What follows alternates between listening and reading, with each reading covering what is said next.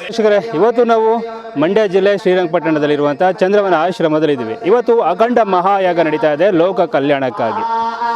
ಪಾರ್ವತಿ ದೇವಿಯ ಅಖಂಡ ಮಹಾಯಾಗ, ನೀವು ಕೇಳಿದ್ದು ಭಕ್ತರು ಬೇಡಿದ್ದನ್ನು ಕೊಡುವಂಥ ಮಹಾಯಾಗ ಇದು.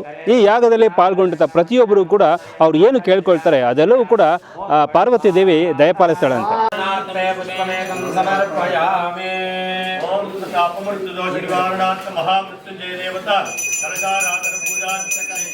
ಅದಕ್ಕಾಗಿ ಲೋಕ ಕಲ್ಯಾಣಕ್ಕಾಗಿ ಭಕ್ತರ ಒಳಿತಿಗಾಗಿ ಅಖಂಡ ಮಹಾಯಾಗ ನಡೀತಾ ಇರುವಂಥದ್ದು. ಸತತವಾಗಿ 48 ಗಂಟೆಗಳ ಕಾಲ ಈ ಒಂದು ಅಖಂಡ ಮಹಾಯಾಗ ನಡೀತಾ ಇದೆ. ಕರ್ನಾಟಕದಾದ್ಯಂತ ಅನೇಕ ಭಕ್ತರು ಕೂಡ ಬರ್ತಾ ಇದ್ದಾರೆ, ಹಾಗೆ ಯತಿಗಳು ಬರ್ತಾ ಇದ್ದಾರೆ, ಗುರುಗಳು ಸ್ವಾಮೀಜಿಗಳು ಎಲ್ಲರೂ ಕೂಡ ಈ ಒಂದು ಆಶ್ರಮಕ್ಕೆ ಬರ್ತಾ ಇರುವಂಥದ್ದು.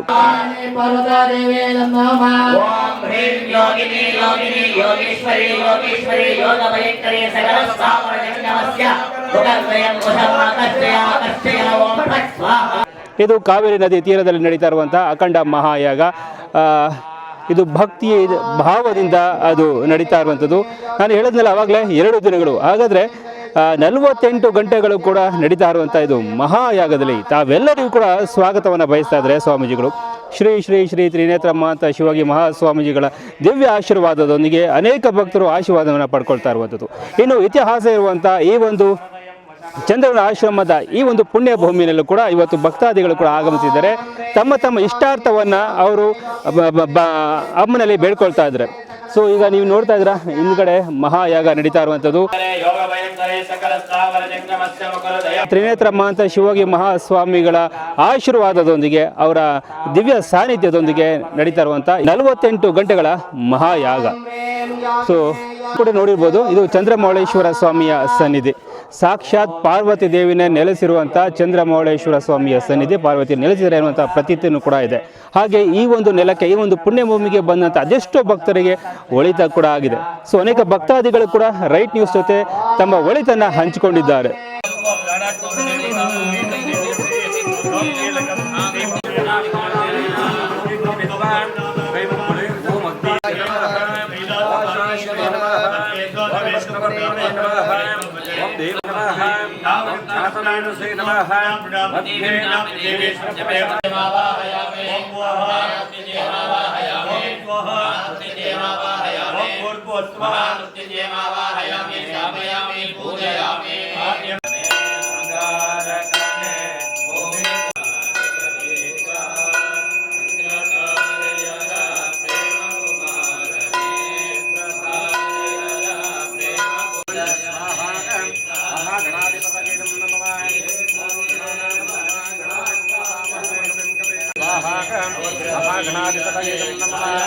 ओम गणपतिं वदामहे कविं कवीनामुपमश्वस्तुतं ज्येष्ठराजं ब्रह्मणस्वादोदकं समर्पयामि। ओम जपानुसंकाशं तत्सवे महादिनं तमोरिं सर्वपापज्ञे प्रणतोऽस्मि। ओम श्री गुरुभ्यो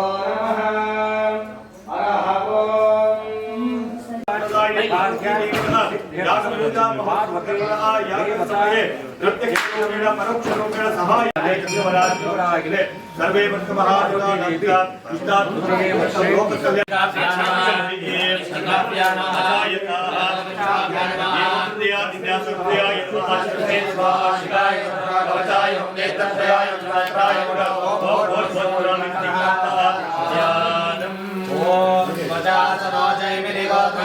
वेदेषु वेदेषु विचित्रवर्णः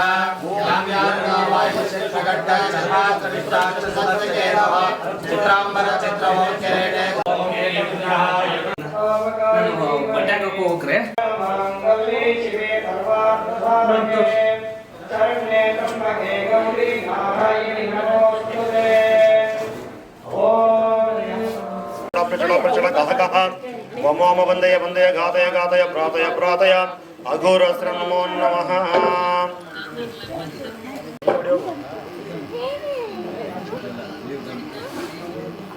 ಅಕಡೆಯಿಂದ ಬನ್ನಿ ಇಲ್ಲಿ ಅಲ್ಲಿ ಸ್ಟಾರ್ಟ್ ಆಗಿ ಹೋಗ್ಬಿಡಿ ಈಗ ಮೈಕ್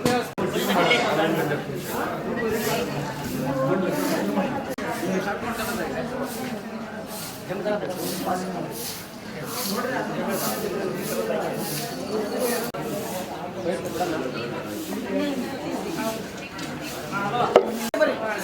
ಅಲ್ಲಿಗೆ ಬೇಡ ಜಮಖಾನೆ ಇಲ್ಲಿತ್ತರಿ ಜಮಖಾನಾಸಿ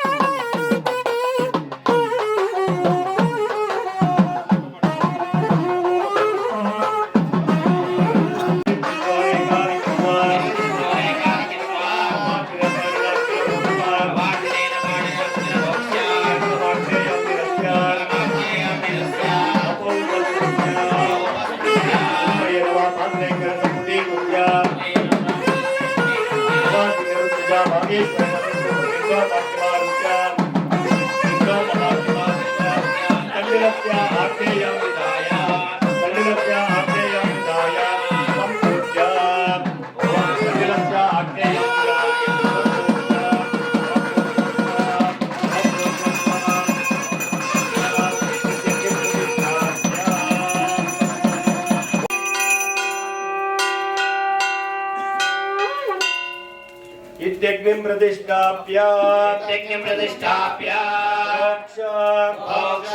मोक्षरशेषतोऽयं नागुदको सिज्जा अन्यदुदकमानीय परिस्तरणात् बहिः ग्रहीणाग्निं प्रागग्रान् दर्भान् सुगुंस्ते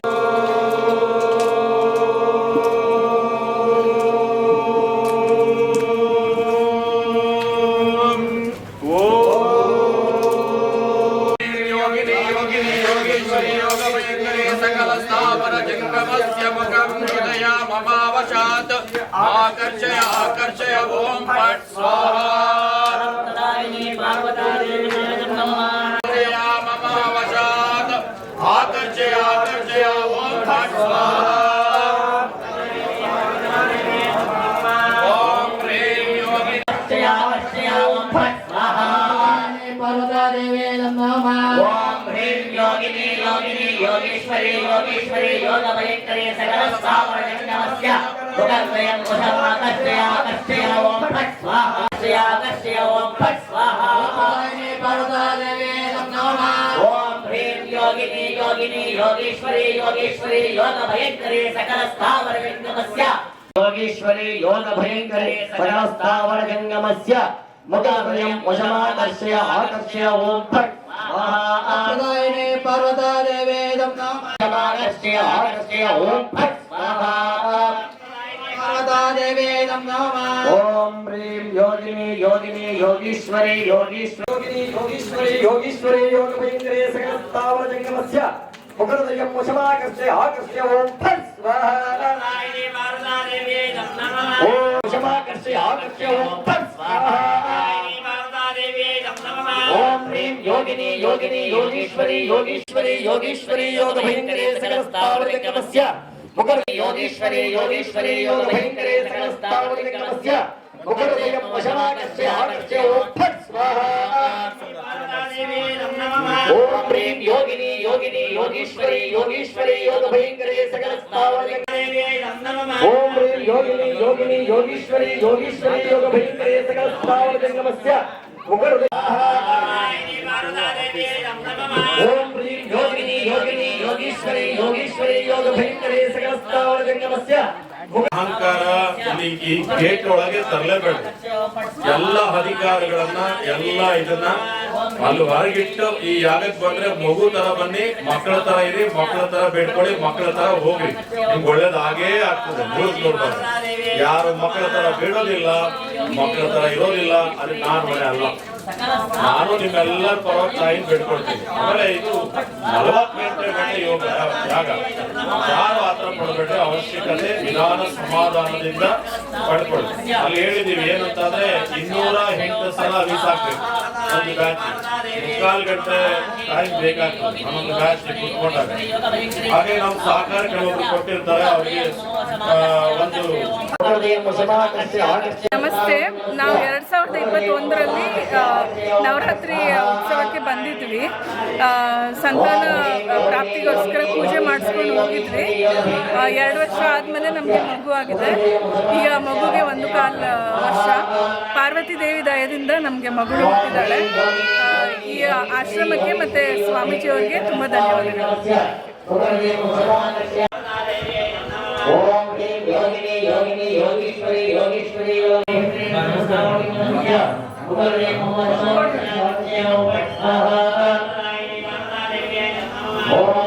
योगिनी योगिनी योगेश्वरी योगेश्वरी ओम ह्रीं योगिनी योगिनी योगेश्वरी योगेश्वरी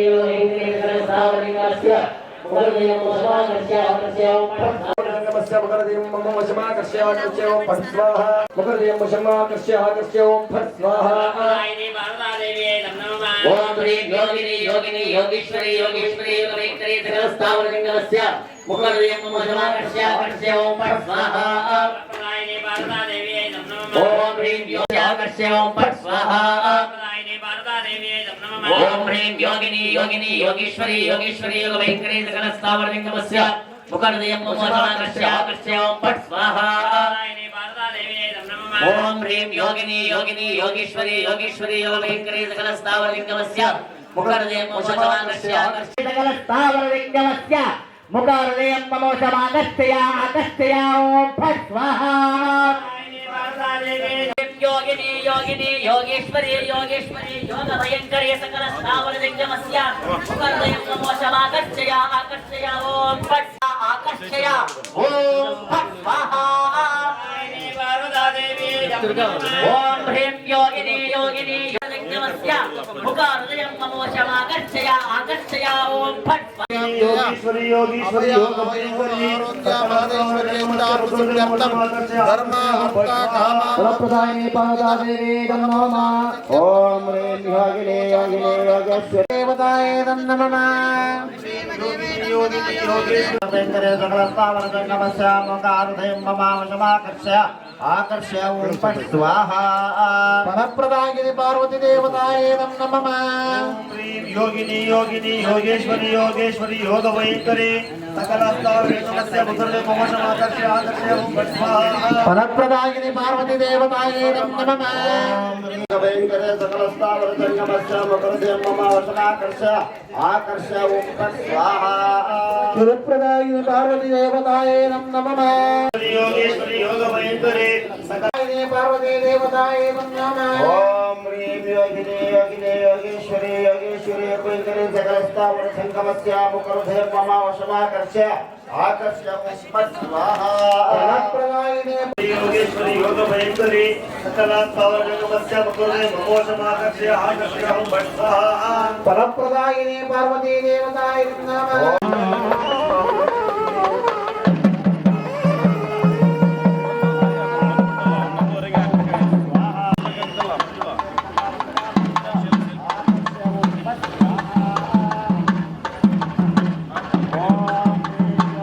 योगिनी योगिनी योगेश्वरी योगेश्वरी ओम ಓಂ ಹ್ರೀಂ ಯೋಗಿನೇ ಯೋಗಿನೇ ಯೋಗೇಶ್ವರೇ ಯೋಗೇಶ್ವರೇ ಯೋಗವೇಂದ್ರೇ ಸಕಲ ಸ್ಥಾವರ ಜಂಗಮಸ್ಯ ಮುಖಹೃದಯ ವಸವಾಕಸ್ಯ ಓಂ ಶ್ರೀ ಗುರುಭ್ಯೋ ನಮಃ.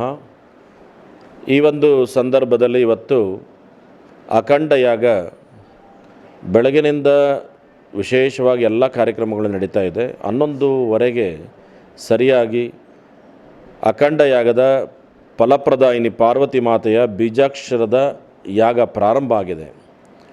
ಒಂದೇನೆಂದರೆ ವಿಶೇಷವಾಗಿ ಜಗತ್ತಿನ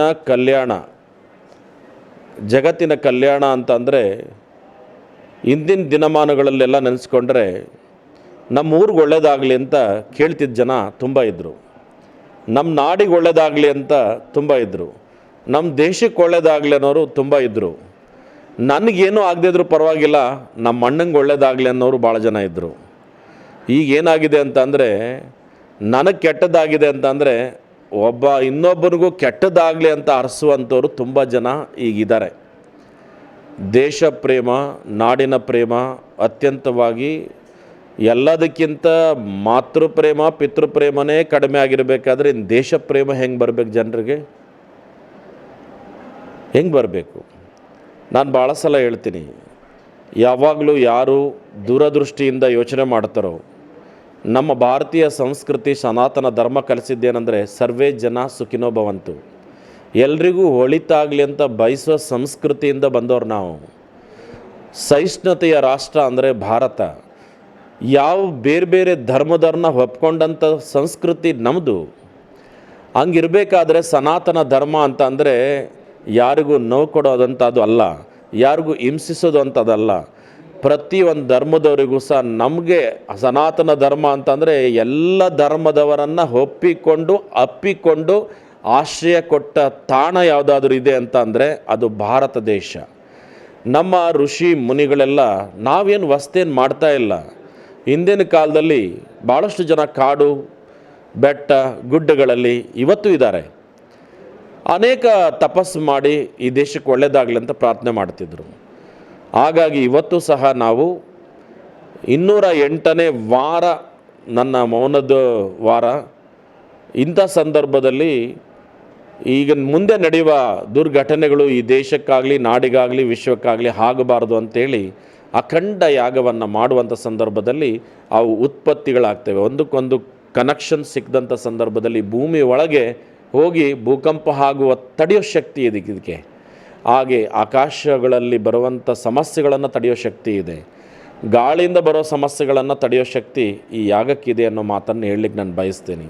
ಯಾಕೆ ಅಂತಂದರೆ ಸಾಮಾನ್ಯವಾಗಿ ಹೋಮಗಳನ್ನು ಮಾಡ್ತೀವಿ, ಇದು ಯಾಗ. ಇದು ನದಿಗೂ ಮತ್ತು ಸಾಗರಕ್ಕೂ ವ್ಯತ್ಯಾಸ ಹೇಗಿದೆಯೋ ಹಾಗೆ ಹೋಮಕ್ಕೂ ಮತ್ತು ಯಾಗಕ್ಕೂ ವ್ಯತ್ಯಾಸ ಇದೆ. ಇದು ಒಂದು ಸಮುದ್ರ ರೀತಿಯಲ್ಲಿ ಈ ಒಂದು ಕಾರ್ಯಕ್ರಮವನ್ನು ಯಾವುದೇ ಆಡಂಬರ ಆಗಲಿ ಮತ್ತು ಇದೇನೂ ಇಲ್ಲ. ಇಲ್ಲಿ ಬರೀ ಯಾಗದ ಮಂಟಪ ನೀವೆಲ್ಲ ನೋಡ್ಬೋದು, ಯಾಗ ಪೂಜೆ ಪುನಸ್ಕಾರ ಅಷ್ಟೇ. ಈ ಯಾಗ ಮಾಡೋ ಅಂಥವ್ರಿಗೂ ಸಹ ನಾನು ಅನ್ನೋ ಭಾವಗಳನ್ನು ಬಿಟ್ಟು ಎಲ್ಲ ತಾಯಿ ನೀನೇ ಅಂತ ಯಾರು ಬರ್ತಾರೋ ಅವ್ರಿಗೆ ಒಳಿತು ಹಾಗೇ ಆಗ್ತದೆ ಅನ್ನೋ ಮಾತನ್ನು ಈ ಸಂದರ್ಭದಲ್ಲಿ ಹೇಳ್ತೀನಿ. ಈ ತಾಯಿಯ ಅನುಗ್ರಹ ನನಗೆ ಈ ಅಖಂಡ ಯಾಗ ಭಾಳಷ್ಟು ಜನರು ಇದ್ದಾರೆ ಮಾಡೋರು, ಆದರೆ ನನಗೆ ಸಿಕ್ಕಿರುವಂಥ ಈ ಪ್ರಪಂಚದಲ್ಲಿ ಮೊದಲಿಗೆ ಈ ಯಾಗ 48 ಗಂಟೆ ಆಗ್ತಾ ಇರೋವಂಥ ನನಗೆ ಸಿಕ್ಕಿದ್ದು, ನನ್ನ ಕೈಲಿ ಮಾಡಿಸ್ಕೊಳ್ತಾ ಇರೋದು, ನನಗಿರೋ ಸಂತೋಷ ಹರ್ಷ ಖುಷಿ ಬೇರೆ ಯಾವುದೂ ಇಲ್ಲ ಅಂತ ಹೇಳಲಿಕ್ಕೆ ನಾನು ಬಯಸ್ತೀನಿ.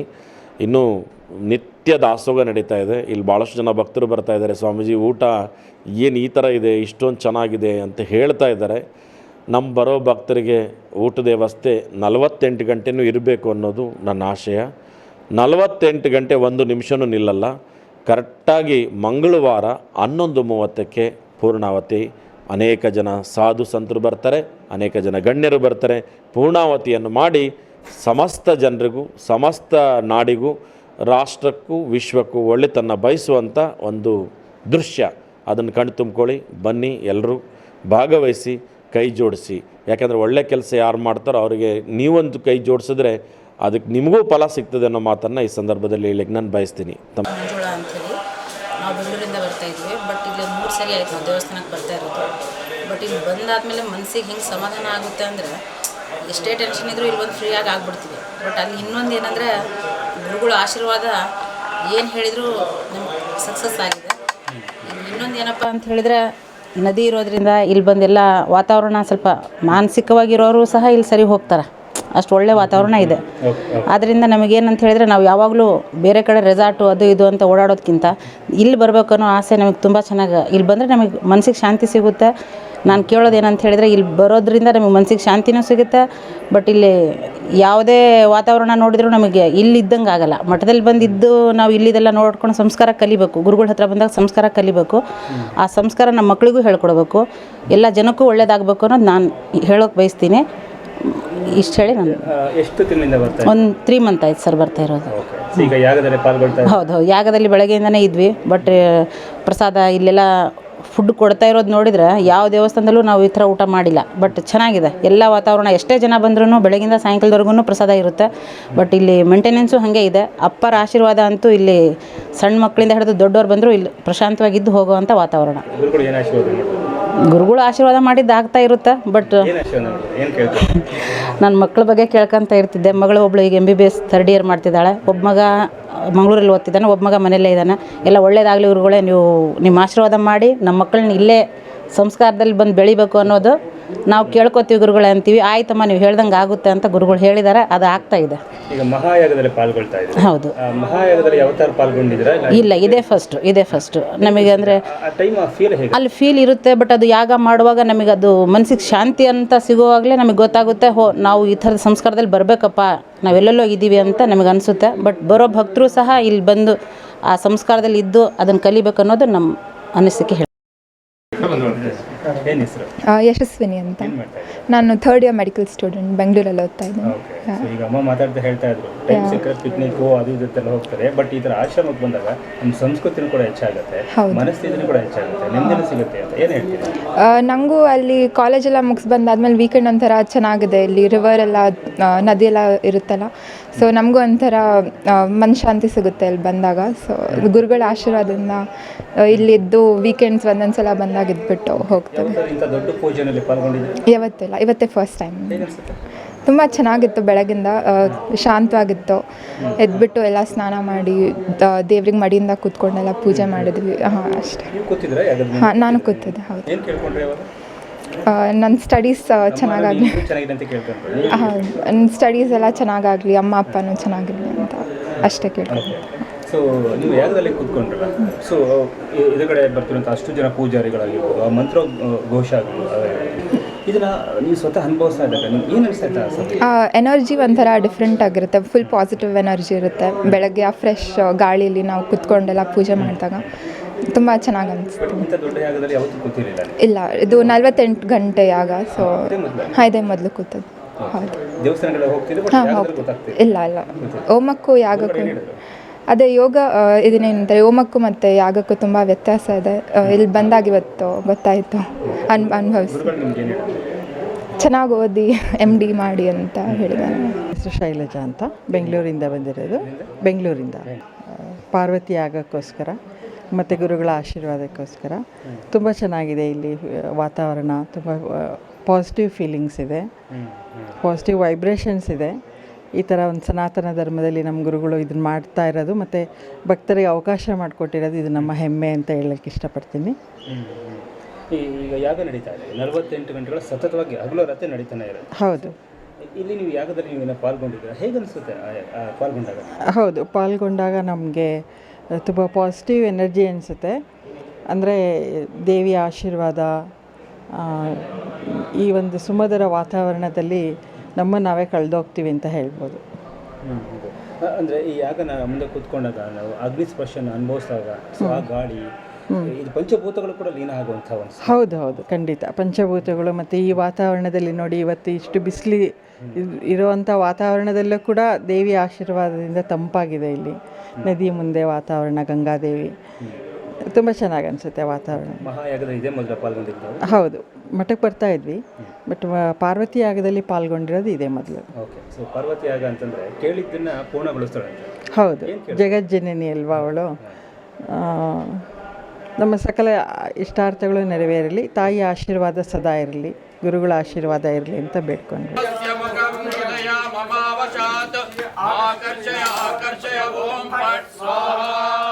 ಪ್ರಕಾಶ್ ಅಂತ ನಾವು ಬೆಂಗಳೂರಿಂದ ಬರ್ತಾಯಿದ್ದೀವಿ 12-13 ವರ್ಷದಿಂದನೂ ಬರ್ತಾಯಿದ್ದೀವಿ ಗುರುಗಳ ಹತ್ರಕ್ಕೆ. ಓಕೆ. ಸೊ ಮೊದಲು ಬಂದಿದ್ದಾಗ ಇವಾಗ ಮೊದಲು ಫಸ್ಟ್ ಬಂದಾಗ ನಮ್ಮ ಮಗಳಿಗೆ ಹುಷಾರಿರಲಿಲ್ಲ. ಒಂದು 10-12 ವರ್ಷದಿಂದ ಹುಷಾರಿರಲಿಲ್ಲ ಅವಳಿಗೆ. ಗುರುಗಳ ಬರ್ತ್ಡೇ ಹಿಂದಿನ ದಿವಸ ಬಂದು ಬರ್ತ್ಡೇ ದಿವಸ ಅವತ್ತೇ ಒಂದು 10 ನಿಮಿಷದಲ್ಲಿ ಅವಳಿಗೆ ಎಲ್ಲ ಕ್ಲಿಯರ್ ಮಾಡಿದರು. ಎಲ್ಲ ಬಾಯಿಂದ ಮೂಗಿಂದ ಎಲ್ಲ ಕಡೆಯಿಂದನೂ ಬ್ಲಡ್ ಬರ್ತಾಯಿತ್ತು. ಅದನ್ನೆಲ್ಲ ಹೋಗಂಗೆ ಮಾಡಿಬಿಟ್ಟು ನೆಕ್ಸ್ಟ್ ಡೇಯಿಂದನೇ ಅವಳು ಚೆನ್ನಾದ್ಲು. 1 ವರ್ಷ SLC ಹೋಗಿರಲೇ ಇಲ್ಲ ಅವಳು. SLC ನೆಕ್ಸ್ಟ್ ಇಯರ್ SLC ಐ ರ್ಯಾಂಕಲ್ಲಿ ಬಂದು 99% ತಗೊಂಡು. ಅದಾದಮೇಲೆ PUC ಡಿಸ್ಕಂಟಿನ್ಯೂ ಮಾಡಿಬಿಟ್ಟಿದ್ಲು, 1 ವರ್ಷ ಬಿಟ್ಬಿಟ್ಟಿದ್ಲು. ಆರೋಗ್ಯ ಸಮಸ್ಯೆಯಿಂದ ಗುರುಗಳ ಹತ್ರ ಬಂದು ಒಂದೇ ದಿವಸನೇ ಕ್ಲಿಯರ್ ಆಗೋಯ್ತದು. ಸೊ ಅವತ್ತಿಂದ ನಾವು ಗುರುಗಳ ಹತ್ರ ಬರ್ತಾಯಿದ್ದೀವಿ, ನಡ್ಕೊಳ್ತಾ ಇದ್ದೀವಿ. 12-13 ವರ್ಷ ಆಗೋಯ್ತೀಗ. ಪ್ರತಿ ವರ್ಷವೂ ಬರ್ತೀವಿ, ಪ್ರತಿ ತಿಂಗಳಿಗೂ ಬರ್ತೀವಿ. ನಾವು ಗುರುಗಳು ಮೀಟ್ ಮಾಡ್ಕೊಂಡು ಹೋಗ್ತಾ ಇರ್ತೀವಿ. ಬರ್ಕೊಂಡು ಆಶೀರ್ವಾದ ಪಡ್ಕೊಂಡು ಅವರೊಂದು ದಾರ ಇವೆಲ್ಲ ಕಟ್ತಾರೆ, ಅವು ಕಟ್ಟಿಸ್ಕೊಂಡು ಧೂಳ್ತ ತಗೊಂಡು ಅವ್ರ ಆಶೀರ್ವಾದ ತಗೊಂಡು ಹೋಗ್ತಾ ಇರ್ತೀವಿ. ಎವ್ರಿ ಮಂತ್ ನಾವು ಬಂದೇ ಬರ್ತೀವಿ, ಬರೋದಲ್ಲೇ ನಿಲ್ಲಿಸಲ್ಲ. ಆಮೇಲೆ ಅವ್ರು ಯಾವುದೇ ಪ್ರೋಗ್ರಾಮ್ ಇದ್ರೂ ನಾವು ಬಂದೇ ಬರ್ತೀವಿ. ಗುರುಗಳು ನಮ್ಮನ್ನು ಅಷ್ಟು ಚೆನ್ನಾಗಿ ಆಶೀರ್ವಾದ ಮಾಡಿ ನಮ್ಮನ್ನು ಕಳಿಸ್ತಾರೆ.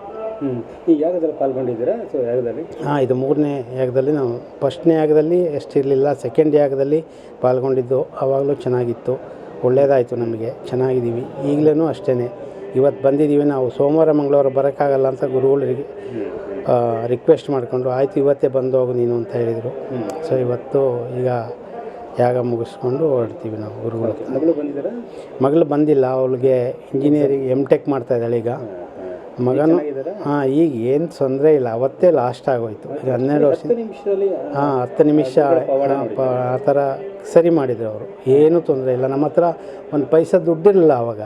ನಾವು ಗುರುಗಳಿಗೆ ನಮ್ಮದು ಆಸ್ತಿ ಬರ್ಕೊಡ್ತೀವಿ ಎಂದು ಒಂದು 3 ಎಕರೆ ಇತ್ತು. ಗುರುಗಳು ತಗೊಳ್ಳಿಲ್ಲ, ಫ್ರೀಯಾಗಿ ಮಾಡಿಕೊಟ್ರು ನಮಗೆ.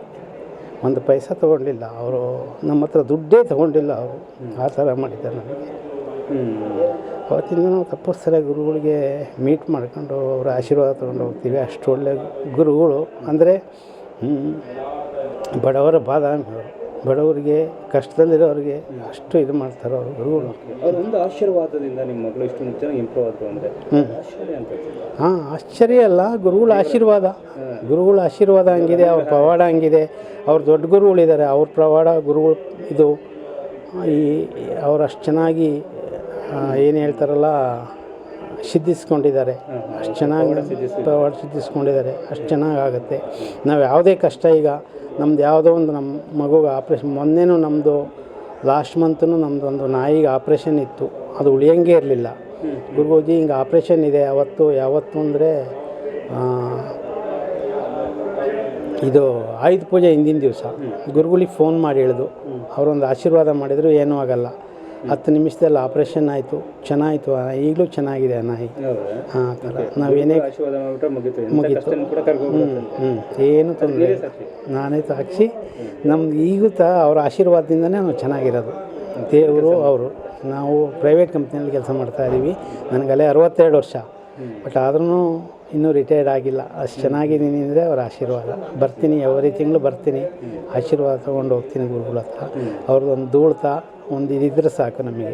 ಅಷ್ಟು ಒಳ್ಳೆ ಇದಿದೆ ನಮಗೆ. ಈಗ ನಂದು ಧರ್ಮನೇ ಇದೆ. ಸೊ ಹಾಗಂತ ನಾವು 12 ವರ್ಷದಿಂದನೂ ಪ್ರತಿ ತಿಂಗಳು ನಂದು ದುಡ್ದಿದ್ರಲ್ಲಿ ಇಷ್ಟು % ಅಂತ ಗುರುಗಳಿಗೆ ನಾನು ಕೊಡ್ತೀನಿ. ನನ್ನ ತಿಂಗಳ ನನ್ನ ಸಂಬಳದಲ್ಲಿ ಇಷ್ಟು % ಅಂತ ಗುರುಗಳಿಗೆ ತಪ್ಪಿಸೇ ಕೊಟ್ಬಿಟ್ಟು ಹೋಗ್ತೀನಿ. ಒಂದು ತಿಂಗಳು ಬಂದು ಕೊಡೋಕ್ಕಾಗಿಲ್ಲ ಅಂದರು ನೆಕ್ಸ್ಟ್ ಮಂತ್ 2 ತಿಂಗಳದ್ದು ಸೇರಿಸ್ಬಿಟ್ಟು ಅವತ್ತಿಂದನೂ ನಾವು ಕೊಡ್ತಾಯಿದ್ದೀವಿ.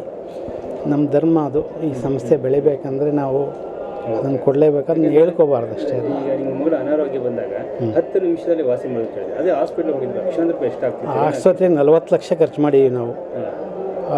6-7 ವರ್ಷ 40 ಲಕ್ಷ ಖರ್ಚು ಮಾಡಿದ್ದೀವಿ. ನಾನು ದುಡ್ದಿದ್ದೆಲ್ಲ ಅಲ್ಲಿಗೆ ಖಾಲಿ ಮಾಡಾಯಿತು. ಏನೂ ತೊಂದರೆ ಏನೂ ಉಪಯೋಗ ಆಗಿಲ್ಲ. ಆಮೇಲೆ ಒಂದು ಸತಿ ಯಡಗೂರಿಗೆ ಹೋಗಿದ್ದು, ಅಲ್ಲಿ ಗುರುಗಳ ಹತ್ರ ಹೋಗಿ ಅಂದರು. ಬಂದು ಅವರು ಕೇಳಿದರು ಏನೇನಾಗಿದೆ ಅಂತ. ಆಯಿತು, ನಮ್ಮ ಹುಷಾರು ಮಾಡಿದರು. ನೈಟು ನಾವು ಇಲ್ಲಿ ಬಂದಾಗ 10 ಗಂಟೆ 12 ಗಂಟೆ ಅಷ್ಟೊತ್ತಿಗೆ ಅವಳು ಹುಷಾರಾದ್ಲು. ಸಂತೋಷ ಇದೆಯಾ? ಸಂತೋಷ ಏನು, ಕಣ್ಣೀರು ಹಾಕಿದ್ದು? ಕಣ್ಣೀರಂದರೆ ಆ ಥರದ್ದು ಕಷ್ಟ ಇತ್ತು ನಮಗೆ. ನಾವೆಲ್ಲ ಕಳ್ಕೊಂಬಿಟ್ಟಿದ್ದು ಅವಾಗ. ಏನೂ ಇರಲಿಲ್ಲ ನಮ್ಮ ಹತ್ರ. ಆಸ್ತಿ ಏನು ಕಳ್ಕೊಂಡಿರಲಿಲ್ಲ, ಏನು ದುಡ್ದಿದ್ದಿಲ್ಲ, ಬರೀ ಇದಕ್ಕೆ ಹಾಕಿದ್ದು ನಾವು ಅವಾಗ. ಎಂತೆಂಥ ಹಾಸ್ಪಿಟ್ಲು, ಎಂತೆಂಥ 40-45 ಲಕ್ಷ ಖರ್ಚು ಮಾಡಿದ್ದೀವಿ ಅಂದರೆ ಆವಾಗ ಯಾರಿದ್ದರು ನಮಗೆ. ಆಮೇಲೆ ಕೊನೆಗೆ ನಮ್ಮ ಹತ್ರ ಏನೂ ಇರಲಿಲ್ಲ, ಬಿಟ್ಬಿಟ್ಟಿದ್ವಿ ಎಲ್ಲ ಹೋಗಲಿ ಅಂತ. ಯಾರೋ ಹೇಳಿದರು ಒಬ್ಬ ಯಡಿಯೂರಲ್ಲಿ ಅಂತ ಬಂದು ಗುರುಗಳ ಹತ್ರ ಚೆನ್ನಾಗಿ ಮಾಡಿದ್ರು, ನಮಗೆ ಏನು ತೊಂದರೆ ಇಲ್ಲ, ಹುಷಾರು ಮಾಡಿದರು. ಚೆನ್ನಾಗಿದ್ದೀವಿ ಈಗ ನಾವು, ನಮ್ಮ ಮಗ, ನಮ್ಮ ಮಗಳು, ಹೆಂಡ್ತಿ. ನಾನು ಒಬ್ಬನೇ ಬಂದಿದ್ದೆ, ಅವ್ರು ಬರೋಂಗಿಲ್ಲ. ನಮ್ಮ ಮಗ ಸ್ವಲ್ಪ ಊರಲ್ಲಿ ಜಮೀನು ಇದು ಮಾಡಿಸ್ತಾನೆ ರೆಡಿ. ಆ ಜಮೀನು ತೊಗೊಳ್ಲಿಲ್ಲ ಅವರು.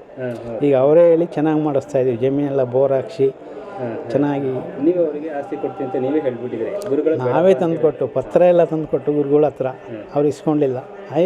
ಮಕ್ಕಳಿದ್ದಾರೆ, ಬದುಕೊಳ್ಳಿ, ಏನೂ ಆಗಲ್ಲ ಹೋಗಿ ಅಂತ ಆಸ್ತಿ ತೊಗೊಂಡಿಲ್ಲ. ನಮ್ಮ 3 ಎಕರೆನೂ ತೊಗೊಂಡಿಲ್ಲ ಅವರು. ಹೌದು, ಅಷ್ಟು ಒಳ್ಳೆ ಮನಸ್ಸು.